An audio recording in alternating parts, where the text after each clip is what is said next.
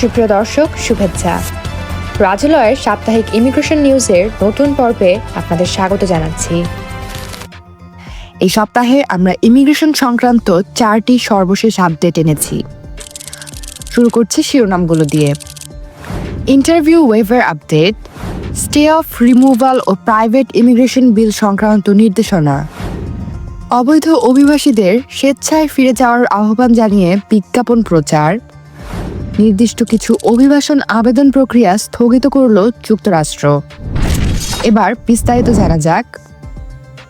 পররাষ্ট্র দপ্তর অভিবাসী ভিসার ইন্টারভিউ ওয়েভার যোগ্যতা সম্প্রসারণ করেছে।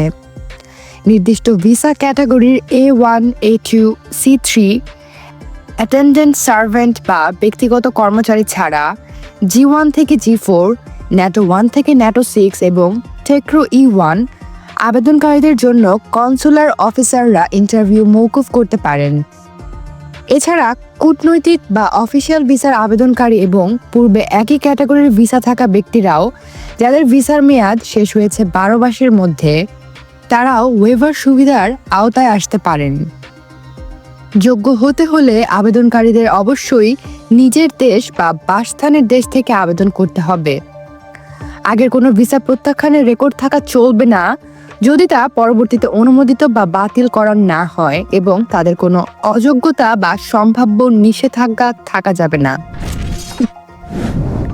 পরবর্তীতে আইসের ভারপ্রাপ্ত পরিচালক ক্যালেব ভিটেলো নতুন নির্দেশিকা আইস ডিরেক্টিভ 5004.3 প্রকাশ করেছেন, যা স্টে অফ রিমুভাল ও প্রাইভেট ইমিগ্রেশন বিল সংক্রান্ত আপডেট প্রদান করে।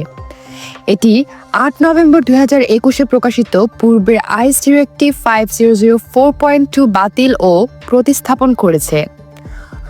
নতুন নির্দেশনা অবিলম্বে কার্যকর হচ্ছে এবং এটি নতুন কোনো আপডেট বা পরিবর্তন না হওয়া পর্যন্ত বহাল থাকবে। এরপর DHS সেক্রেটারি ক্রিস্টি নোয়াম একটি বহুমিলিয়ন ডলারের দেশীয় ও আন্তর্জাতিক বিজ্ঞাপন প্রচার চালু করেছেন, যা স্বেচ্ছা প্রত্যাবর্তন বা সেলফ ডিপোর্টেশন উৎসাহিত করবে এবং সম্ভাব্য অবৈধ অভিবাসীদের যুক্তরাষ্ট্রে প্রবেশ থেকে নিরুৎসাহিত করবে। এই বিজ্ঞাপনগুলি রেডিও, টেলিভিশন এবং ডিজিটাল প্ল্যাটফর্মে বিভিন্ন অঞ্চলে ও ভাষায় সম্প্রসারিত হবে। এগুলো অত্যন্ত লক্ষ্যভিত্তিক হবে, যেখানে সোশ্যাল মিডিয়া, টেক্সট মেসেজ এবং ডিজিটাল চ্যানেল ব্যবহার করা হবে। সবশেষে USCIS বর্তমানে সকল অভিবাসন আবেদন প্রক্রিয়া স্থগিত করেছে, যা প্যারোল প্রোগ্রামের মাধ্যমে যুক্তরাষ্ট্রে আগত ব্যক্তিদের জন্য প্রযোজ্য। এর মধ্যে ইউক্রেনীয় প্যারোলি U4U এবং কিউবা, হাইতি, নিকারাগুয়া ও ভেনেজুয়েলার CHNV প্যারোলিরা অন্তর্ভুক্ত।